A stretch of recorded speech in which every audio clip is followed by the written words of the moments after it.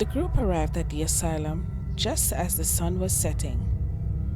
It was a massive, imposing structure with ivy crawlings up the walls and broken windows that looked like empty eye sockets. As they approached the entrance, they heard strange noises coming from inside. It sounded like someone was moaning and crying.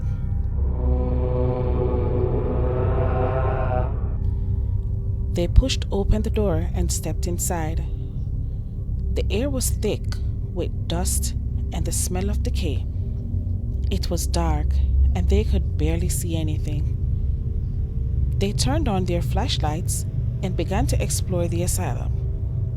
The halls were long and winding, and there were doors on either side that led to patients' rooms.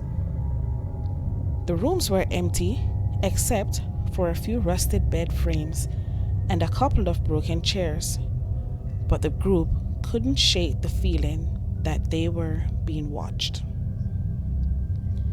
As they made their way deeper into the asylum, they heard footsteps behind them. When they turned around, there was no one there.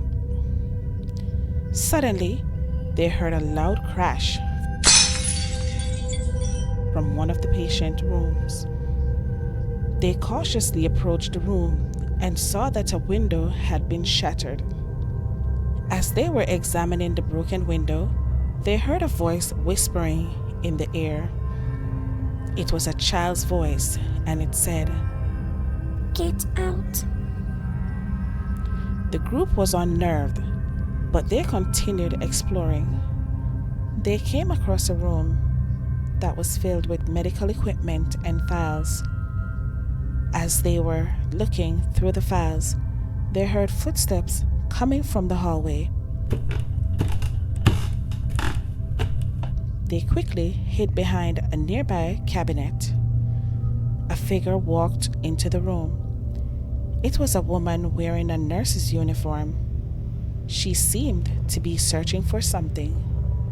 The group held their breath, hoping that the nurse wouldn't notice them. But then she turned around and stared directly at them.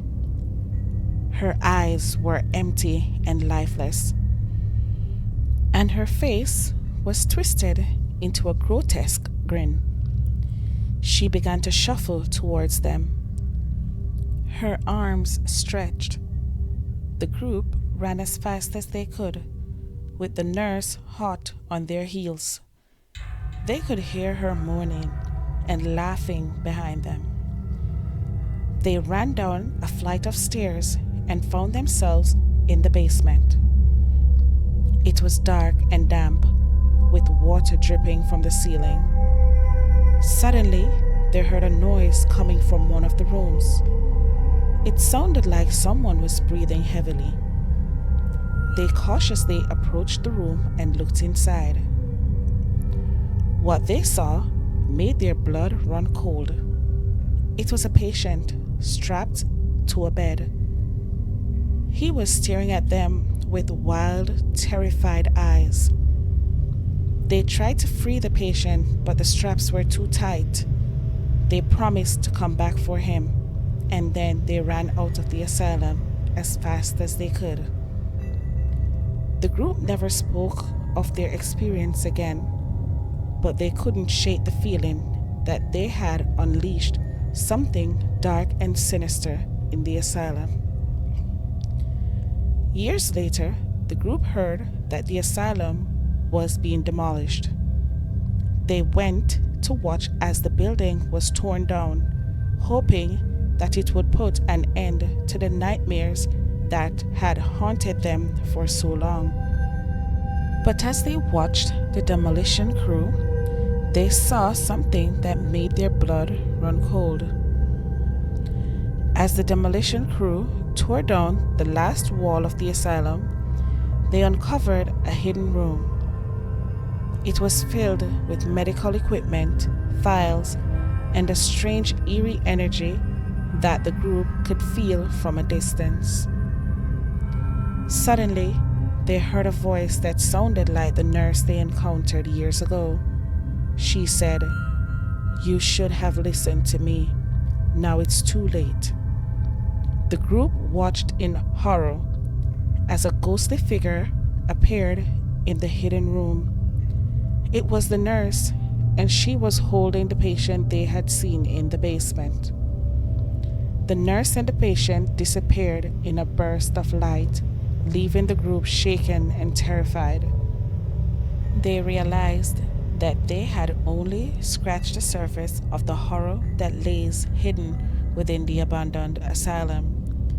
They knew that the ghost of the former patient would continue to haunt the place even after it was demolished. The group left the area, hoping to never set foot in that place again.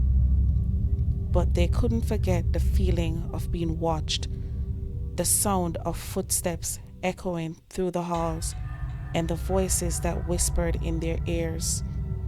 They knew that they had stumbled upon something truly evil, and they could only hope that the world would never see another place like the abandoned asylum.